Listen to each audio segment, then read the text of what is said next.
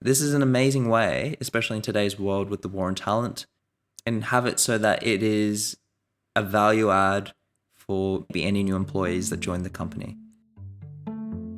Welcome to the Soundboard with Tofe Podcast.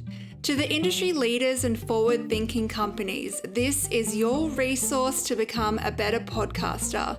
You'll be taken on a journey to learn tips and tricks around podcast strategy, editing, and curation. And here's your host, Tofe Evans. Hello and welcome to the Soundboard with Tofe podcast. I'm your host, Tofe Evans, and welcome to episode 23. This is the first episode of 2022, so what a year it's been so far. I am stoked that you're here listening to this, and with today's episode, it's about creating retention with an internal company podcast. Now, why am I talking about this as a topic? It's because I've got a client that is already doing this, and I am seeing the value of what the employees are getting from this. Now, I'm not going to say which company it is because they've maybe signed an NDA, so I just want to pay respects to that. But what I can say, I thought it was just Australia, but it's actually a worldwide issue, and it's around the war on talent. Now, what is the war on talent? It's about a lack of candidates for the current roles that are out because of a number of reasons. Companies aren't paying enough, candidates are demanding more, they want more work from home, they want more flexibility, they want more remote work. There might be the companies might be demanding a lot, but there's also the great resignation where people are just quitting to start their own things. I'll put my hand up for that. I did that myself. But with the war on talent, there's only so much a company can do. So this is an effective way that I've found where retention can come into place because there's more of a connection to what the company's about and having more access to more of the higher leaders. When I say a company podcast or an internal podcast, this is purely for the employees. This is not going public, so this is something that will probably not go onto Apple or Spotify. This is more of a product that is going to go onto the company's intranet. Now, if they're more of an established company, they're going to have an intranet of some sort.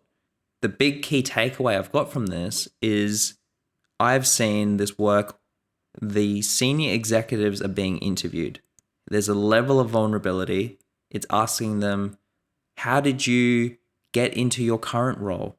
Or what have you done to become more of an executive? Or teach me more about leadership. Tell me what you went through to humanize the process. A lot of the times, interns and juniors are trying to get their foot in the door. So this could be an amazing incentive for the leaders of the company to talk about how they did it. And it's not going to be the same, but there's going to be a ton of reassurance for anyone in the company. Because if in the last episode, when it talks about how to spread your message, I spoke about vulnerability and keeping it real and talking about the learnings. This would be perfect. It's literally applying that, putting it into, packaging it into, say, an interview basis where there's a host, the interviewing, say, the CIO, the CFO. It doesn't even have to be them. It could be a team lead, and talking about what it's like being in the company and how they've gotten to where they are. There is a level of transparency there. And I've seen it happen. The employees will feel more connected to it. And if you really want to go that next step further, how can the staff get involved? Can they be part of the production of the podcast? Can they give input? Can they provide feedback on who they want to hear on the next episode? Can they be interviewed of what it's actually like working for the company so that when hiring comes about for new staff, that could be a really good USP. Not too many companies are doing this. To be part of something a little bit different candidates may feel gravitated towards something like that. As wanky as the term work family sounds, this is what it's kind of doing. And if the podcast gets a decent amount of traction, is there ever the thought to make it public? Yeah, absolutely. And then at least the infrastructure's there.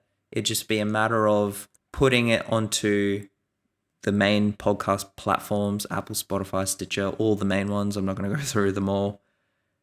But at least of knowing how to interview, what to look for, how to get that feedback will come into place.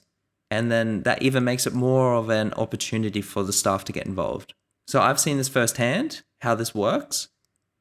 And I encourage it. If you're a company that's looking to do this, this is an amazing way, especially in today's world with the war on talent, and have it so that it is a value add for any new employees that join the company. So if you're needing a hand on this, feel free to reach out to me. Happy to provide some consultation on how you can actually do this from a strategy standpoint. And if you need someone to execute it, happy to chat with you. If you did resonate with this, if you know of a company that would really get value from this, please share it around. Now is the time to be recording. It is the early stages of January, so I don't know about everyone's companies, but sometimes the projects are put on hold till later on, so why not do this? And you can even trial it for a few episodes to see how receptive it is with the other employees. Anyway, I will see you in the next episode, and thank you for listening. Thank you for listening, and for more information about Soundboard services, please check out the show notes. Lastly, Soundboard acknowledges the traditional owners of the land on which we meet today, paying respects to elders past, present, and emerging.